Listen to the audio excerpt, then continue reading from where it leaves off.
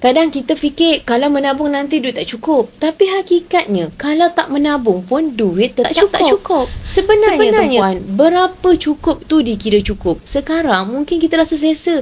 Masih bekerja, tiap bulan gaji masuk, boleh lagi bernafas lega. Tapi bila umur makin meningkat, 30, 40, 50, 60, sampai bila nak terus kerja macam ni? 60, 70, 80? Masihkah kita rasa selesa kalau waktu tu terpaksa bekerja untuk hidup? Ada yang kata, Nanti kan ada EPF. tapi berapa ramai yang duit EPF habis sebelum 5 tahun bersara?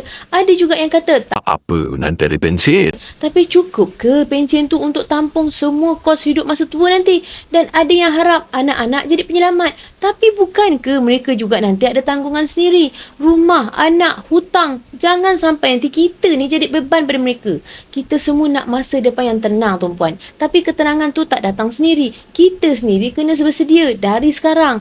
Ingatlah kisah Nabi Yusuf AS. 7 tahun lembu gemuk, 7 tahun lembu kurus. Allah ajarkan waktu senanglah kita kena menyimpan supaya bila masa susah tiba, kita tak panik dan tak hilang arah. Sekaranglah masa yang terbaik untuk tuan-puan menyimpan emas sebagai backup dana persalinan anda.